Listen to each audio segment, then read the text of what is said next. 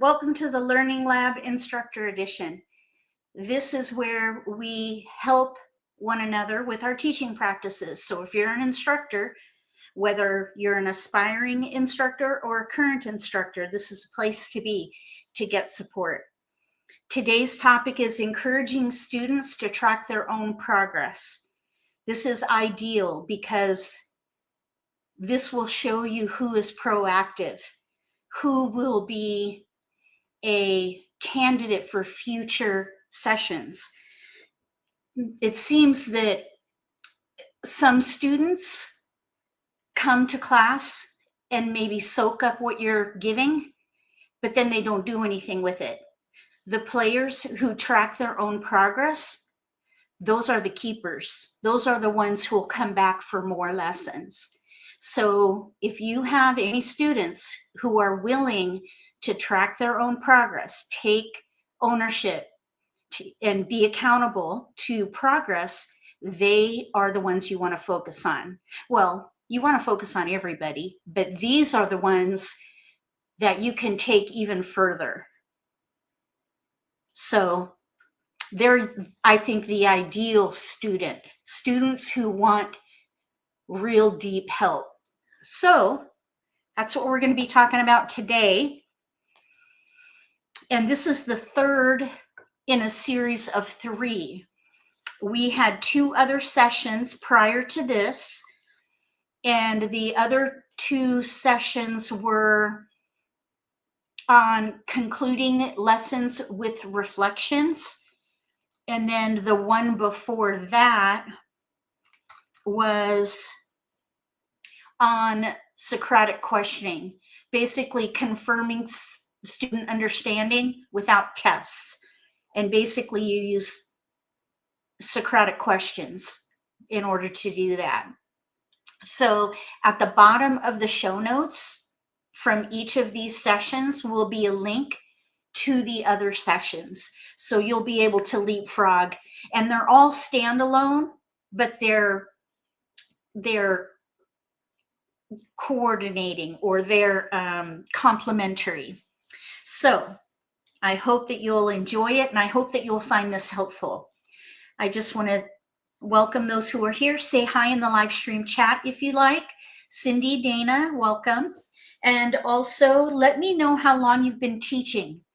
How long have you been teaching? And maybe start with how long you've been playing and then how long you've been teaching. Let's do it that way. Teaching is a little different than playing. Anybody can play the game, but not everybody should be teaching. And if you do decide to teach, heart is everything. Passion. You got to have a passion for the game if you're going to actually be able to transfer knowledge, because you need to have that energy, the relatability, and the ability to communicate is key. So those are all part of being a good instructor. And then just gathering different skill sets along the way will help you improve. Let's see, started PA. Started PA. Maybe you hit enter before you got started there. So again, the first session that we did was on confirming student understanding without testing. So you don't need to do a handout. You don't need to have them, take a written assessment or anything. You can do assessments in your lessons through questioning, Socratic questioning, but also skill builders. Those can give you insight into whether or not the students are grasping what you're giving. No worries. Playing since late 90s, teaching as an aspiring instructor for the last year. Okay, good. Cindy's playing since January 1, started teaching friends right away. That's awesome. So here's the thing about teaching too. As long as you know more than your students, you can teach, and you would be teaching within scope. You'll be teaching within the scope of your own experience. And then what is advisable is to always be learning and then scale your offering as you learn. So when you first learn the game and you're confident enough with playing that you can teach others how to play, you're still within scope, but you probably know a little bit more than they do. You have a little more experience playing the game, so you're able to teach. So then you play more and more, maybe get a little coaching from a seasoned instructor, learn how to do some different skills, build your skills and add some strategies. And then you'll be able to add those to your service, your teaching practice, so that you're now giving next level lessons. So that would be scaling. And then you continue to grow and add even more advanced skills and strategies. So your scope will grow exponentially. Your range of, or really it's your scope, your circle will get bigger and bigger if you want it to. So it really depends on what you envision for your teaching practice. This is why it's so important to first have a vision of where you want it to go and document it, and then create kind of a growth plan so you know where you're headed, and give yourself a timeline of learning certain skills and strategies so that you can scale and eventually have that vision fulfilled for your teaching practice, and stay within boundaries you set so you don't overwhelm yourself or burn out. That's the last thing we want to have happen. So having a growth plan is really crucial to avoid burnout and to avoid getting on a trajectory that you don't want to go on. There are tangents that you can go on, and they may or may not fit the vision for your teaching practice. So it's really important to identify your vision, to document your vision. So if you haven't done that, I highly recommend that you take some notes and outline where you see your teaching practice go. Just teaching people what you know on the fly, that's not an ideal model or an ideal plan. So that was just a freebie. I really didn't plan on sharing all that. Melody started about 5 years ago. Okay, teaching just this year. Awesome. Okay, so now shall we get into our topic? Again, the first one in this series was concluding lessons with reflections. Let me see, is this the second one? I apologize. Yeah, that was the second one. Sorry about that. The first one was confirming student understanding without tests. The second one was concluding lessons with reflections. And then the third one is what we're talking about today, encouraging students to track their own progress. This gives them that ability to grow independently, but then come to you when they're ready for the next step, the next level. So it's kind of a progression. Okay, so I want to just quickly read just a brief paragraph to frame our topic for today. And then I have 3 questions that will help get our minds in the right place for the rest of our time together today. So,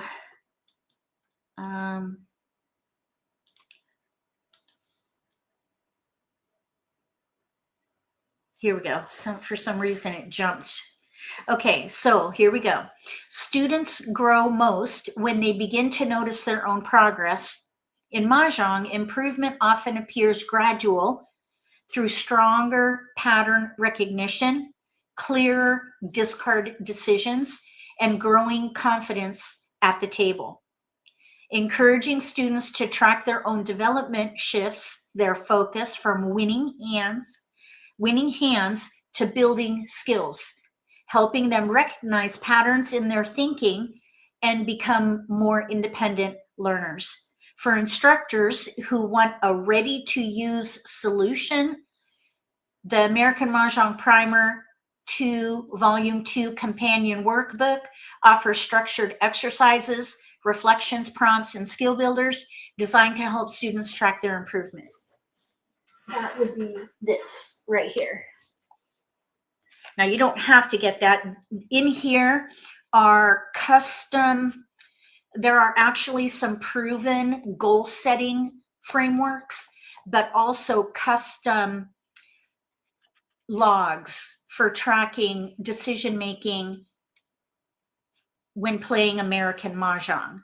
So there's a combination of goal setting using proven frameworks, like, have you ever heard of packed goals? So basically, there's something called also a concept quad, where you, let's see here. You basically, if you're studying, let's say, out of a book, you document the chapter and then the section in the book, what pages they're on. You document the definitions, applications, maybe a connection to what you already know, and then any obstacles you might have, maybe mind blocks. And then you can identify if the integration of this particular topic is easy or hard, and what the benefit is, low or high. So then when you work with a coach, they'll be able to help you with the low-hanging fruit and then come up with a plan for the more challenging topics that a player may want to incorporate. So that's called a concept quad. This is not something I made up myself, but I did modify it a little bit. I kind of combined a few different frameworks into this concept quad. So that's one of the proven methods in here for goal tracking. And then another one is called PACT, P-A-C-T. It's an acronym. It stands for purposeful, actionable, continuous, and trackable. So anytime you set a goal, you want to make sure that you have some guidelines or waypoints so that you can make your goals measurable and repeatable. So that is in here as well. And then the other things that are in here is a Charleston modeling log, so that they can document Charleston modeling with how they started, what they passed, what they received, and they would document their decision making so that you can coach them. So they can work independently and then come to you with their workbook, and you can look at their exercises and talk through their decision making. There's a Charleston chain reaction log in there so that you can help see what their instincts are and if they're growing. And then finally, hand development milestones. So basically that's where they're developing their hand from the Charleston into the pick and discard phase of the game. So this is all about tracking progress with American Mahjong specifically. So feel free to get one of those if you like. It's called the American Mahjong Workbook. This is for, this is a volume 2 companion. So if somebody is reading my volume 2 power-ups and then they get this workbook, if you assign these two things to a one-on-one client, your lesson plan is all right here. That's why I created that. So consider that, or you could make your own, or maybe get these and then use that as inspiration to make your own. You're more than welcome to do that with any content that I offer. Okay, so now having some way or some framework or some kind of a log for your students to use will not only be proprietary to you, but also it'll give you a tool for them to use so that you can hit the ground running when you get together, instead of just working off notes, just random notes on the fly. If you have some kind of a framework, it will make your time together much more efficient. All right, so now let's do these questions. First though, let me ask if everybody is, if we're all on the same page. Does anybody have any questions about the primer and this workbook and the concept of using some kind of a framework to help your students with tracking their progress? This works really well for serious students. So players who just want to hang out, socialize, drink, and just play the game at a super high level, they're not going to want to do this. This kind of an approach is for those players who are looking for an experience where they're playing the game at a deeper level. Players who are really looking to exercise their brain, think things through, and maybe even play competitively later. Okay, so here are the questions that are gonna just kind of loosen up our minds and get ourselves ready for talking points. And then we do have an activity that we're going to do. So first of all, what signs tell you a student is beginning to trust their own decision making?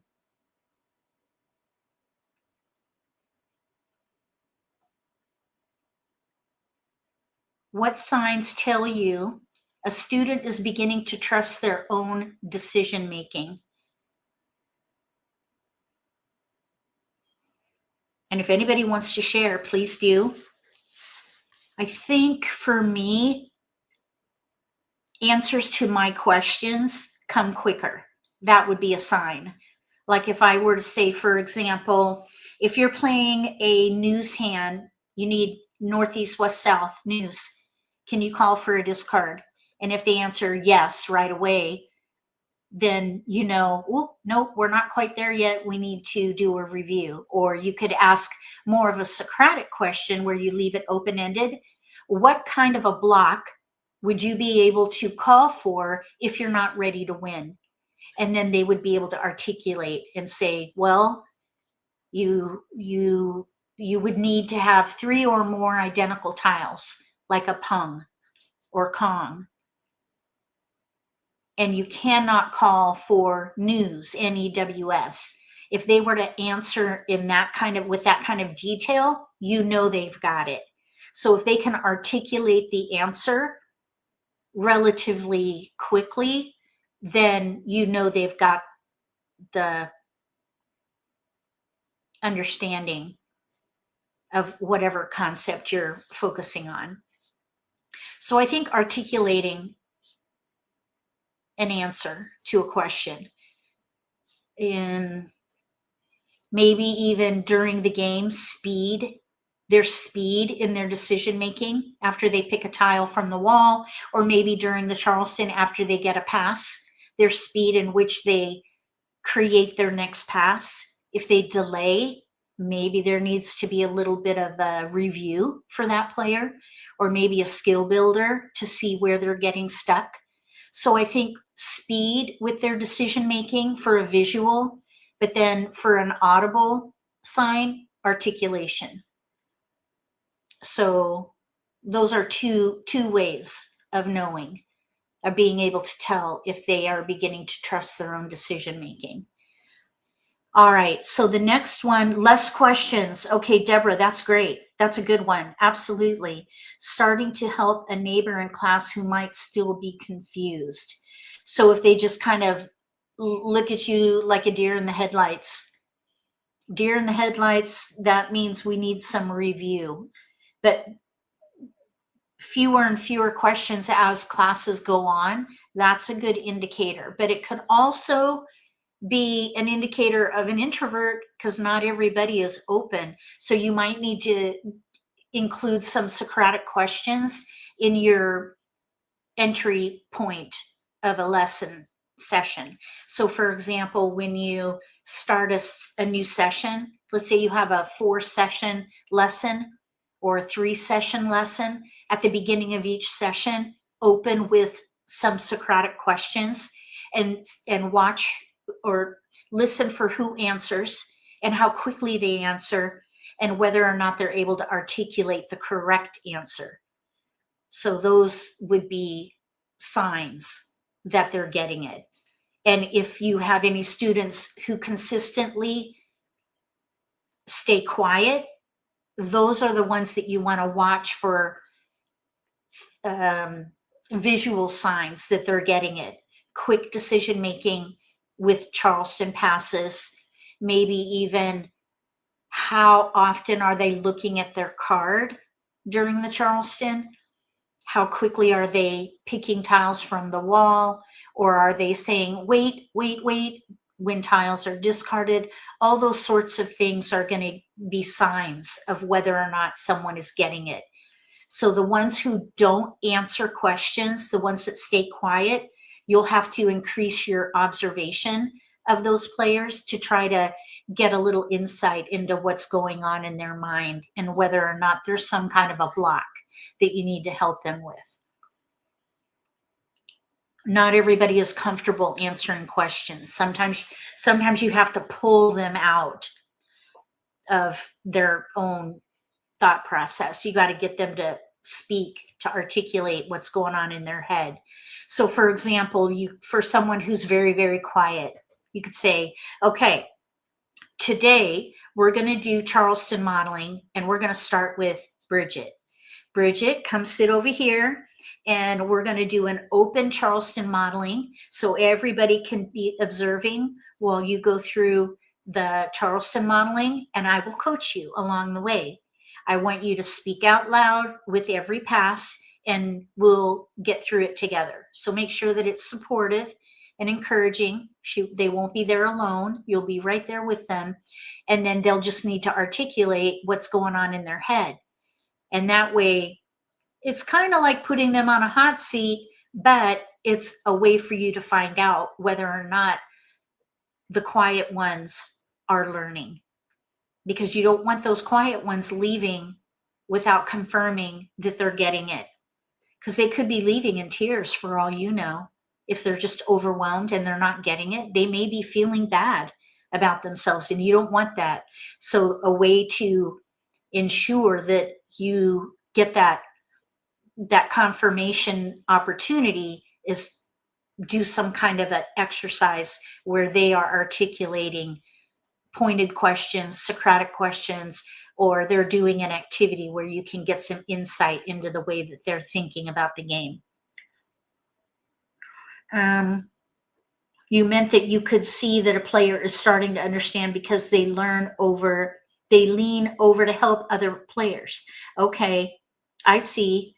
So basically, they're sort of doing a little bit of coaching, I guess, or a little bit of support. They're offering support. That is a great way to see if a student is getting it, because that takes that for someone to do that without prompting means that they're confident enough in their own understanding that they're able to help somebody else. That is proactive on their part. So yeah, that's a good point, Deborah.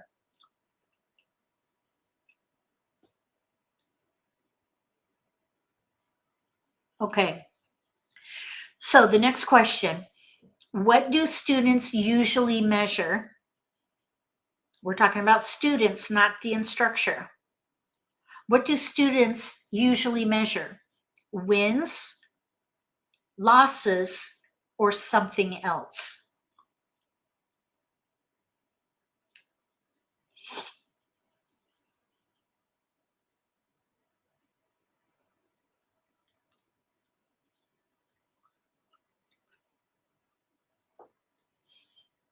I think this depends on how long they've been playing. And more times than not,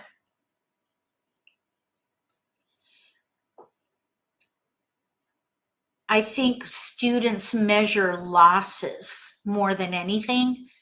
And then also just their level of frustration with the game. I don't know when to pick a hand. I don't know what to do when my hand goes south or my hand gets blocked. But once they are past the fundamentals of the game and they're getting into the intermediate play, they may start tracking their wins. What do you think is, let's see, actually, I was just kind of going into the next question. So think about this with your current students. What do students usually measure when they come to you and they explain how they're doing in the game? How do they usually describe where they're at. That's another way of looking at this. Are they talking about their wins? Are they talking about their losses? Are they talking about their mindset?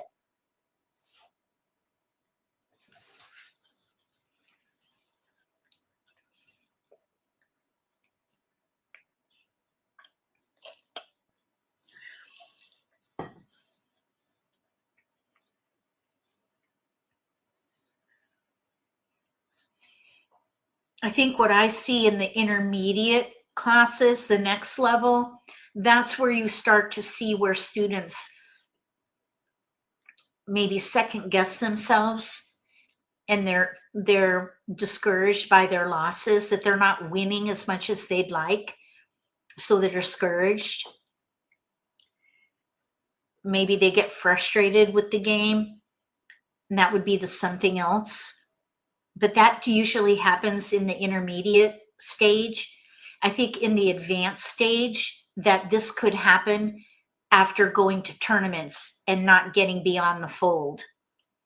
So basically they're not getting into the winner circle. Why are they not getting into the winner circle? Why is their scoring at a low level? Why are they not improving their scoring? So I think that it's going to be different for each level of play. For the beginners, typically what I have found is that they're more focused on how to pick a hand, when to pick a hand. What do I do when my hand gets ruined by another player, whether it's through discarding or exposures? I think that's the typical pain point. Those are the typical pain points for beginners. And then the intermediate players would be more about that they are expecting to win more than they are. That may be more of an expectation challenge that you would need to address, because there are a lot of variables that come into play. You would need to watch how they play, how they think, the decisions that they make, so that you can look for those gaps, the peaks, the valleys, where their weaknesses are, their strengths, encourage them based on their strengths, and help them build their skills where they're weak. So that would help an intermediate player. And then for advanced play, that is where you're going to need to watch them play the game and verbalize what's going on in their mind after several games. So you'll need to observe for several games to kind of get an idea of where they're getting stuck or why they're not winning, and what types of hands are they playing. Are they reading hands? Do they have good push-fold judgment? So more of the advanced tactics and a more advanced ability around the game. How deep are they playing the game? If they're playing at a surface level, that may be why they're stuck. If they're just staying at the surface, they're just not digging down deep into the nuances of the game, or they're making assumptions.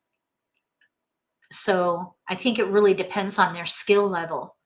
What do you guys think about that?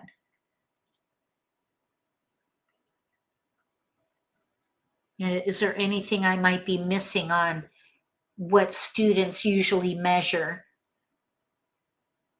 Wins, losses, or something else? Okay, so the next one, the third question is, how do you currently help students recognize their progress? How do you currently help students recognize their progress?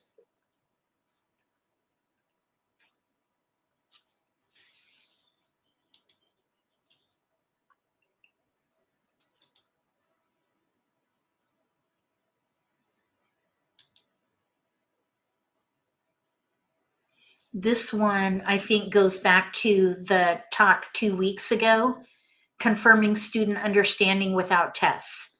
Basically, you use Socratic questions and also skill builders. That could be a way for you to check their progress. If you're doing an intermediate class, start each class with Charleston modeling and observe, and you should see them making better and better decisions.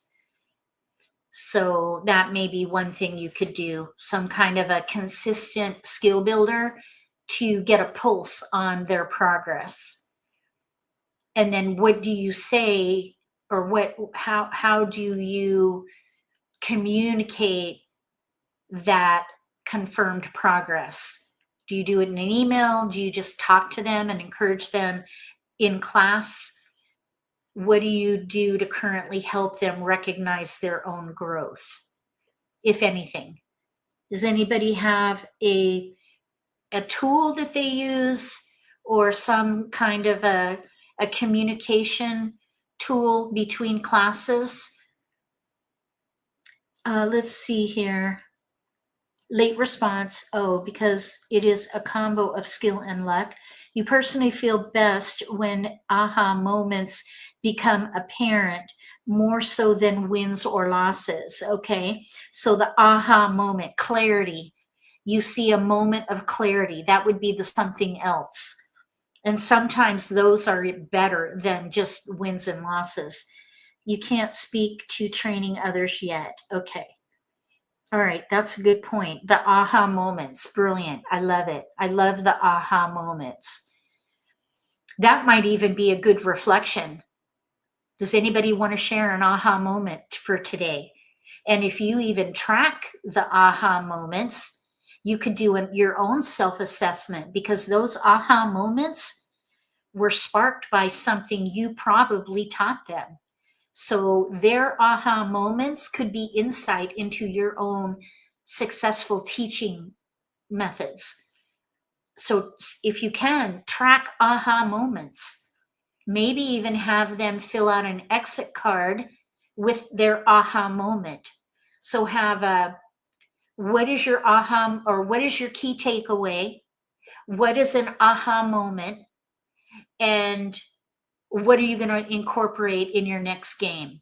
So maybe 3 different questions, because any of those you can use to do your own reflection on your session, coming from a teacher success frame. So think about that. I like that aha moment. That's good. Okay, so now we're going to go into our talking points, unless anybody wants to share. I'll just repeat these 3 questions if you missed it. And these are written down, so you can come back to these show notes, which I'll provide in the video description afterwards. The first was, what signs tell you a student is beginning to trust their own decision making? The second was, what do students usually measure? Wins, losses, or something else like an aha moment? And then third, how do you currently help students recognize their progress? All right, so we have 3 talking points, super quick. The first talking point is tracking progress reduces comparison. And do you all know what comparison is? Have you heard of this statement before? It's a quote. I'll find out who said it. Comparison is the thief of joy. Comparison is the thief of joy. Let me look up where that came from.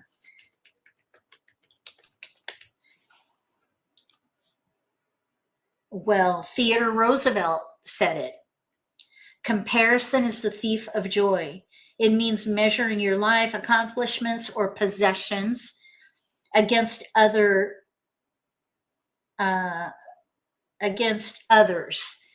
It breeds jealousy, inadequacy, and unhappiness. So when I was talking a few minutes ago about some players, when they talk about their losses, that they may have an expectation issue, it could be this.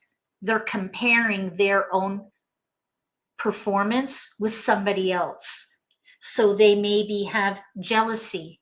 They may be feeling inadequate, or they're maybe just disillusioned about the game. Why are they doing this? Why are they even here if they can't get it? Those are the kinds of situations that you want to try to help people with. These things steal contentment by fostering unrealistic, often social media-driven comparisons. Focusing on personal growth instead is a key to happiness. Let's see. I'm going to put that in our show notes. Okay, comparison is the thief of joy. Many students compare themselves to faster learners at the table. They might even compare themselves to more experienced players, which is unreasonable. It's unreasonable for a new player to join an existing group where players have been playing the game for years and then comparing themselves to a higher level of player when they haven't put in the experience of the game yet. That is a high calling, and they're just putting way too much pressure on themselves. This is a game that takes years to master, a lifetime even, depending on how deep you want to go. If you want to play at a super high level, it doesn't take long at all. But if you want to go deep, it takes time. Tracking personal improvement redirects attention from comparison to growth. Instead of asking, why are they better than me? Students begin asking, what am I understanding better today than last week? The aha moments. What is my aha moment after today's session? Whether that session is a lesson or whether that session is a game, a game day. Maybe they'll get an aha moment after playing with their friends. Something will just click. Something from a lesson will sink in. They'll have an object lesson in live gameplay, kind of like OJT, on the job training. It would be in the game playing, IGP. Instead of OJT, it's IGP, in-game playing. They learn it. They get that aha moment when they're playing the game. It just clicks at some point, and it will, because repetition is the key to learning. So eventually they'll get it if they stick to it. You don't want them to give up because it takes time. So tracking progress reduces comparison. Does anybody want to speak to that one? I love that quote. Comparison is the thief of joy. That's excellent. That's a great quote for this particular talking point. Okay, the next talking point is small improvements lead to big results. Small improvements, big results. Mahjong mastery comes from stacking small skills over time. Tracking progress in specific areas helps students see how these individual skills combine to strengthen overall play. So some of these areas are things like hand evaluation, discard planning, reading exposures, push-fold judgment. Some of these are more advanced. So hand evaluation, when you get your dealt hand, any beginner can learn how to do that right away. Maybe hand selection during the pick and discard, the early part of the pick and discard phase of the game, that a beginner can do. But then when you get into discard planning, that is more intermediate. And then when you get into hand reading and push-fold judgment, that is more advanced. So you're going to take them on a journey. This is a journey. This is not something that people can learn in one day, in one lesson, or even one multi-session lesson. If they really want to play deeply, they'll need to take multiple lessons, which is why you want them to track their progress, because those are the students who will come back for more. So Mahjong mastery comes from stacking small skills over time. Small improvements, big results. If they want big results, and again, this is going to depend on, and we've talked about this in previous sessions, it's going to depend on your teaching practice model. What is your business model? Are you offering social play events where you go to boutiques and people drop in for 2 hours and learn a boot camp and then they go away and you never see them again? Or are you doing a fundamentals class followed by additional offers where you're giving add-on workshops to help them go deeper? So it really depends on your teaching practice and what kind of services you're offering. That's going to tell you who your ideal client is. Knowing who your ideal client is going to be key as to whether or not you want to go into mastery. If all you do is fundamentals, just one fundamentals class after another, you just kind of get their feet wet and let them go on their way, and that is your teaching practice, that's fine. But you may not need to go deeper and have add-on lessons where you're going to take them to mastery. You're going to take them on a mastery journey. That may not be part of your model. So it's really important to establish your vision for your teaching practice so that you know how deep to go with your lessons. Okay, any questions about small improvements lead to big results? I think knowing your business model is going to be key for this one. Knowing your students is key for the tracking progress, reduces comparison. That's going to be knowing your students. But the second one, small improvements lead to big results. That's the key there, is I think knowing what kind of business model you have. What is your teaching practice offering? What is the scope of what you offer? Okay, then the next one. This is the third talking point. Structured tools make reflection easier. Many students want to reflect, but don't know how to start. That's where the workbook comes in. This is a done-for-you solution.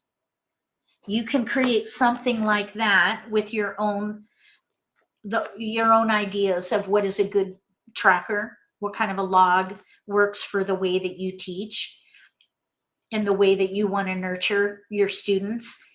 Having some kind of a tool like this that comes from you is a good way to help them track their progress without them having to be on their own to do it themselves. Now you could guide them to something, like you could say, check out Michelle's book, or you could create your own tool and give it to them and say, try this log.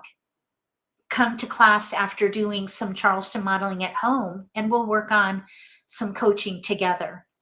Or you could guide them to some other proven method for tracking, and they could find that on their own. But they're going to need to, the onus will be on them to follow through. So, and that's true, I think, for any sort of assignment. If they don't have the gumption to do it, they just might not do that kind of work. And there's a key to this. So I'm going to circle back to that in a minute. So just to reiterate here, many students want to reflect but don't know how to start. They may need a done-for-you solution. Providing structured worksheets or guided prompts makes self-assessment easier. So if you don't want to do a log where you need multiple activities for them to document, you could give them a 3x5 card with 3 questions, just some prompts that they could take with them, do a Charleston modeling, answer 3 questions, and bring the card back. And then you can use that in your next lesson and go over those prompt cards.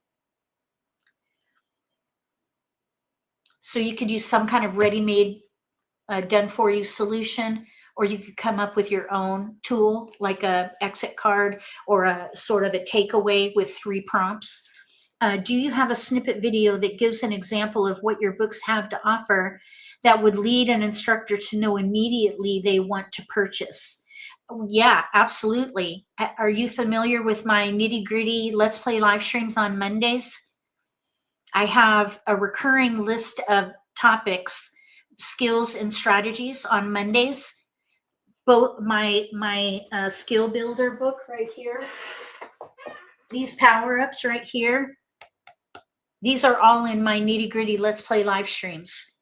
Every single skill and strategy in here is in a video. So you can read the book and use this as a guide in your teaching practice, and use the videos to see how it's done and how the coaching can work. Because I talk through all my decision making, I prompt the viewers. So you can use that to learn how to do coaching with these topics. So the power-ups are all in my nitty-gritty Let's Play live streams. And then we also cover them in the Learning Lab Student Edition or Player Edition on Tuesdays. And then this workbook has goal setting and logs to track performance based on what they're learning in here. It's all cohesive. Yes, you watch every Monday if you're available. And these videos, by the way, are all automatically recorded and reposted. So if you can't go live, you can watch the reposts. They're all there. And it's automatic. So there's no editing. It's all captured live. So yeah, it's all there. So if you watch my nitty gritty and you like what you hear, the way that I teach and play resonates with you, this would be very helpful. And it would be really good for inspiration for your lessons. You could read a chapter and say, all right, I could incorporate that into my next level intermediate session, or I could even do a retreat with 3 topics from this book. I mean, there are a lot of ways that you can use it for sure. So that would be a ready-made, a ready-to-use framework. A turnkey solution would be these books. And if you want to do and the cost is nominal. I think this is $19.99. I think this one is $12.99. So there's that. And then if you just don't want to make an investment at all, you could just watch the nitty gritty Let's Play live streams and just watch those videos or look at the index. Let me just make a note and I'll show you what I'm talking about if you're not familiar. So nitty gritty Let's Play.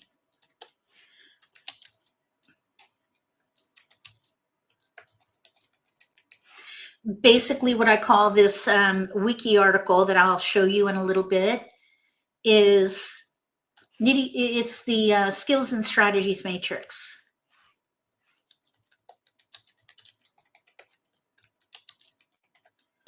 Because it's got beginner and advanced topics that alternate, and there's a title, and you'll see when it's coming up next and when it aired last. And then there's a link to the video of when it aired last, and then there's a link to a wiki article as well. So you have a video, a wiki article, and then if you get the book, you'll have it in here as well. So there's a lot of replication, and that replication reinforces the learning. So it's just more ways to learn. You could read, you could watch, and then you could even get copy pastable wiki content and make it your own. Put it in, read it, study it, understand it, and then use it as inspiration to create your own ideas. That's a big way of how I learn. I do a lot of re-engineering. When I learn something, I make it my own. I put my own personality in it, my own thought processes around different topics, and then make it my own. I create something new. I re-engineer it and make it my own. That's not plagiarism, because you're not copying word for word and then just changing a word here and there. You're learning, you're basically adopting concepts, and then you're tweaking it with your own knowledge, your own experience, your own viewpoint, the way that you think and play, and then you're creating something new that you then will teach. So there are ways that you can propagate learning. One is to share directly. I learned something awesome from Michelle, and here it is. Or I watched a video of Michelle's and I incorporated it in the way that I play, and I made it my own this way. That's kind of what I do with Tom Sloper's Strategy by Wall. I learned about Strategy by Wall from Tom Sloper. So anytime I talk about Strategy by Wall, I give him a shout out, because that's where it all began for me. That was my aha moment, was Tom Sloper's Strategy by Wall. So I give him a shout out anytime I talk about Strategy by Wall. But I made it my own because I put in my own ideas. I call it Hop Toys Strategy by Wall, because there are a lot of components in there that I added myself that didn't come from Tom. They were inspired by Tom. So I give a shout out to Tom, and then I share what I came up with in addition. I made it my own. And that's okay to do. But giving attribution from where you got the initial idea from is awesome. And it makes you relatable and approachable. So I highly recommend that. Thanks for elaborating. You've seen books sitting behind you and always wondered about them. Oh, good. Okay, so now, any questions about these talking points? Tracking progress reduces comparison. Small improvements lead to big results, and structured tools make reflection easier. Hello, Sophie. Good to see you here. Okay, so now, oh, thank you for popping in. It's nice to see you here. All right, so now we're going to do a little activity, and I'm just going to talk you through it so you can either just listen and ponder, or you can take notes and kind of write things out as we go. It's up to you. There's no pressure. And you could always circle back to this and do it independently later. So we're going to create a personal progress tracker. So you're going to design a simple reflective tool that you can give your students. Something you want to identify, some kind of a skill for them to track. So which of these would be something that you can start with? Evaluating hand strength, planning discards, recognizing patterns, reading exposures. If you could think of something other than that, start there. But here's 4 different ideas that you can use with this activity. Let me see. Tracking progress can even be as simple as taking a photo of a situation where you don't know what to do and then coming back to it months later. Yep. That's what you do. Okay. Yep. So even a student could be playing the game and they could have a really challenging hand. They get a deal that is just throwing them for a loop. Take a photo of that hand and then go through pass by pass and take a photo of maybe after the first left and then a photo after the Charleston, and talk to an instructor, show the instructor the journey that you went on. Usually when I see a hand, I want to know what came in and out of that hand. I want to know what the person passed and what they received, because seeing a dealt hand and then seeing the result doesn't give me enough information about how they think. I want to know what they passed, what they were focusing on, what they passed, what came in, and then what was their next pass. I want to know that detail, because that's going to tell me how they think. And it's going to show me the peaks and valleys in their decision making and gaps. There's a valley and then there's like a gap. So you have gaps, valleys, and peaks. You want to encourage them with their peaks. You want to help them build their valleys. You want to help them build them up a little bit. And then you want to fill the gaps. But you won't be able to do that unless you know the journey they went on for a given hand. You went through your archives a few weeks ago and all the choices suddenly felt really obvious, except the most recent ones and one difficult and one near the start.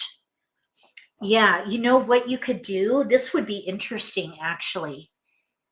Let's say that you do an intermediate lesson, and let's say that it's let's say 3 3-hour sessions that you're going to do. On the first day, the first lesson, you're going to have everybody do a random pull where they get a dealt hand, and you're going to have them take a photo of it after they arrange their tiles. And then you're going to have them go through the lesson that day, and they're going to go to the next session, have them take a photo of their hand that day, and then a photo of the third day. And then maybe they come back to another lesson, another 3-part lesson, and you can use those photos to have them circle back and say, what would you do now?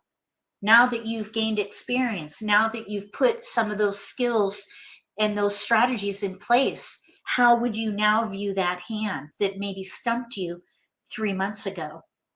So yeah, that's a great example, Sophie. I love it.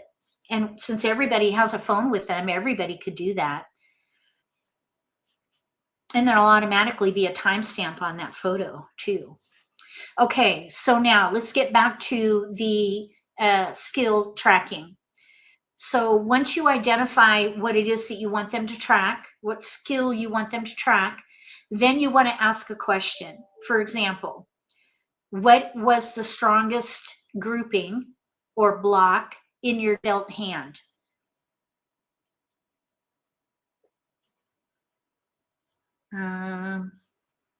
Okay, so some kind of an observation or a reflection prompt. After today, what was the best hand that you got from the deal? Was there any one hand that stood out to you today? A reflection prompt. And then you can do an observation prompt. What decision felt clearer today compared to last week? So clearly that would be after a multi-session lesson. So you would meet, give them a reflection prompt, and then the next week give them an observation prompt. What changed for you between your first lesson and where we are now? And then you could do a confidence check. On a scale of 1 to 5, how confident are you in your discard decisions today? So if discard planning were the skill that you're tracking, you could ask them at the beginning of the lesson, what is your confidence level on a scale of 1 to 5 with discard planning? They're going to give you maybe a 2.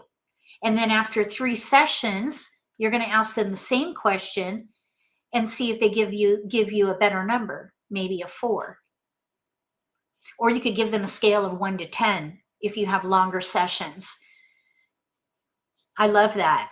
Scale of 1 to 5 or scale of 1 to 10 on a confidence check. So have a reflection prompt for the day, then an observation question for comparison of their own progress, not other people's, their own. And then the third one would be a confidence check from day 1 to the last day of the session to give you a scale so they can see their progress. You know, some people have a no phones at the table. Oh, but if there's a purpose in it, I think that's good. If you can leverage the technology, I think that's awesome. So consider using a tracker kind of like this. Super simple. You could put this even, you could give them a card and have them fill it out in class, and you can keep them for your own reflection and then use them again the next session for them to add to it. So maybe get a 3x5 card for each one of them to use during class and then keep them with you and give it to them again. And then in the end, they'll have their, let's say their confidence check for the first day. Then you can have a reflection prompt for the first session, then an observation question for the second session, and then for the third session, the confidence check. And then you'll have that during the sessions, and then let them take that away with them on the last day. And they can see their own progress and then even use that concept on their own independently. Have them ask themselves a reflection prompt. Have them ask themselves an observation. How are they doing? How are they feeling between last month and this month with their discard planning? And then how is their confidence level? Let them do a self-check. Encourage them to do their own self-check.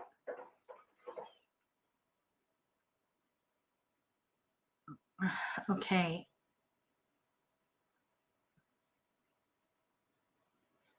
Oh, okay, I see.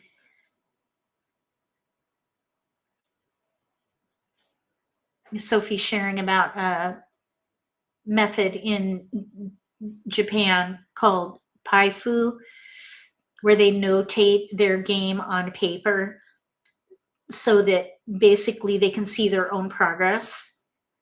But you don't have to speak Japanese to do it. You can do it in English with an English instructor. Just use a proven tool, a goal setting framework, or a Charleston log. I mean, there are a lot of ways that you can do it. So consider creating some kind of a tracker for your next level lessons. You wouldn't want to do that in a fundamentals. The fundamentals is just focused on the basics of the game, getting them to learn how to play. You're going to teach them how to win later. That's where the intermediate and advanced come in.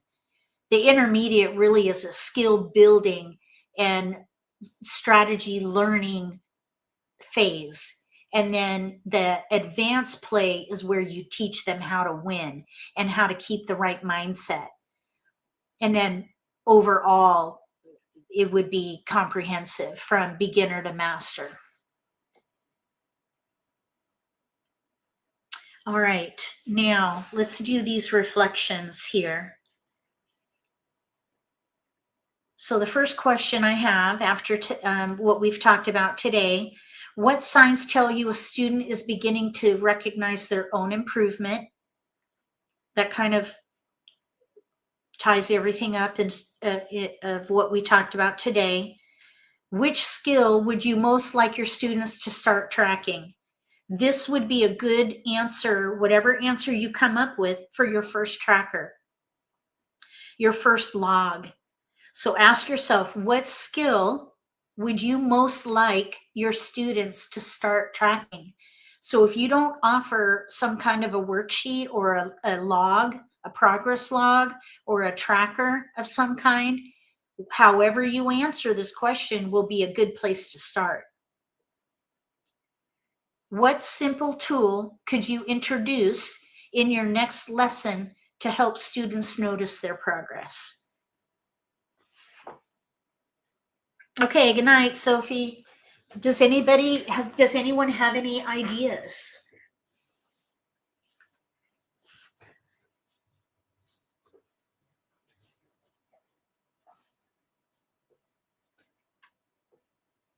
Did this prompt any ideas for you today? I hope you found it helpful. I personally play the game deep. I'm a deep thinker, so it's natural for me to want to go deep with a topic, especially one that I'm passionate about, like Mahjong. So not everybody's going to want to go deep. So of course you're going to have to identify your ideal player to draw into your lessons, because some people might not be interested in tracking their progress.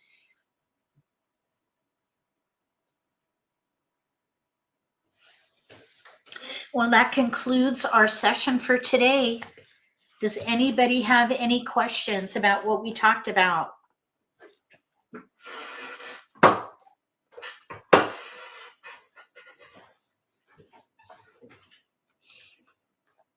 Feel free to write them in the comments section below. And also, if you have anything that you want to talk about to get support, that's also why we're here. We always have some kind of a topic to cover, and then time permitting, we'll open it up to anybody who has any needs. So if there's anything in your teaching practice that you would like help with, you need support, you want accountability or anything like that, this is a great place to do that. So feel free to share if you like.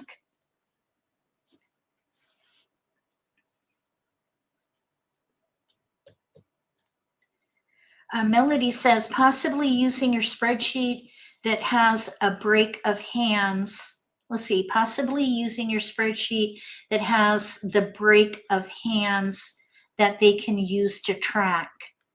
You mean like a hand tracker kind of a thing? A lot of instructors will create a spreadsheet that has all the hands on the card and people can check them off. I don't know if I created one. I think I did at one time, but I don't make them every year. I think I did once, but I don't typically make them every year. I just mark off on the card myself. And I didn't do it at all last year. Let me see if I've done that before. Let me see if I have a kind of a template. Let's see, tracker. I have a dot challenge tracker. Let's see.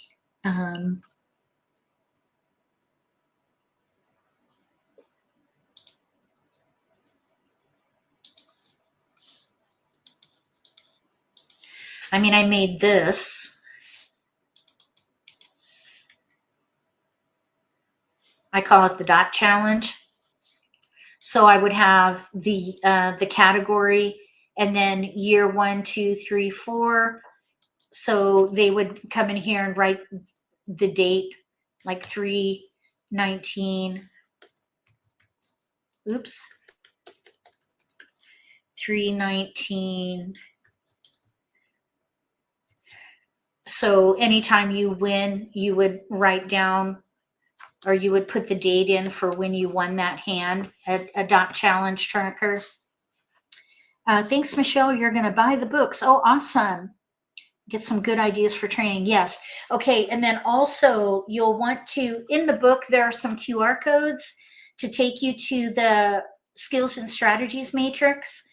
So if you want to get started right away with kind of familiarize yourself with the concepts, you can do that with this wiki article right there. And I'll put that in the show notes. That is the wiki article with skills and strategies matrix. But you could, any kind of a handout or tool that you can give them, whether it be a dot challenge, whether it be a prompt card, an exit card where they leave for the day, but they fill out a card first with prompts, whether it be some other kind of a tool. Those are all inclusions that add value to what you offer. And those kinds of bonuses are what keep people coming back to you. And those are ways to differentiate yourself from other instructors too, especially if those tools are all proprietary, that they've all come from your own imagination. You've innovated. Innovation is what differentiates you from other people. So wherever you get that inspiration, use it to help you create tools and even ways to play the game, skills and strategies that are different and new and unique to you. That's what's going to differentiate you as an instructor. All those things are helpful to do. Innovation. Innovation is a good thing. So I don't see any other questions or challenges. So I'll go ahead and sign off for today. Check the video description for the links that we talked about today. I'll even put the links to my books in there, just in case you want to check that out.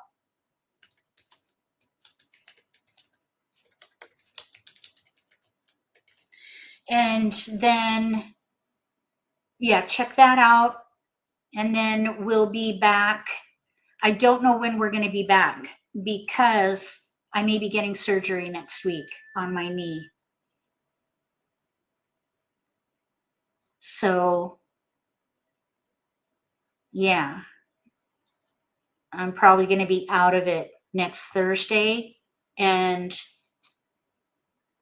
I'm not sure. I'm hoping that I'll be back to a regular schedule at my computer by Monday.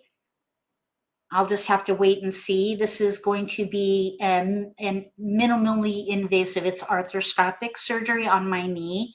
And it doesn't sound like it's going to be a big deal, but I have to be off my knee for 6 weeks. So I don't know if I'm going to be able to sit at this chair comfortably for hours upon hours. We'll see. So next Thursday, we will not have a Learning Lab Instructor Edition, and probably not a Simply Social live stream or Beat the Pro next Friday. Tomorrow we will, but I think next Thursday and Friday, probably I won't be online. So that's a little update for you.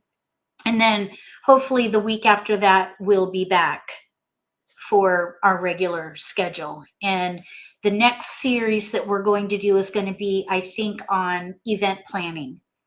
I'd like to focus on event planning for our next 3 sessions. We've done a lot on teaching methodology, which is really good because you want to have a good foundation, but then you got to know how to execute. And that's where event planning comes in. You got to have a good idea of your operations. Event planning is part of operations. So that's what we're going to focus on next time. So I hope you'll look forward to that, and I hope that you'll be back with me then. I'll go ahead and sign off. Thank you again for being here today. If you like this video, give me a thumbs up. If you haven't subscribed to my channel, consider subscribing. Click the little gray bell if you do. That way you'll get notification for when I post a new video or go live, and you won't miss an opportunity to learn a new strategy or pick up an insight to the game that could give you an advantage at the table. Between now and the next video, may all your picks be keepers.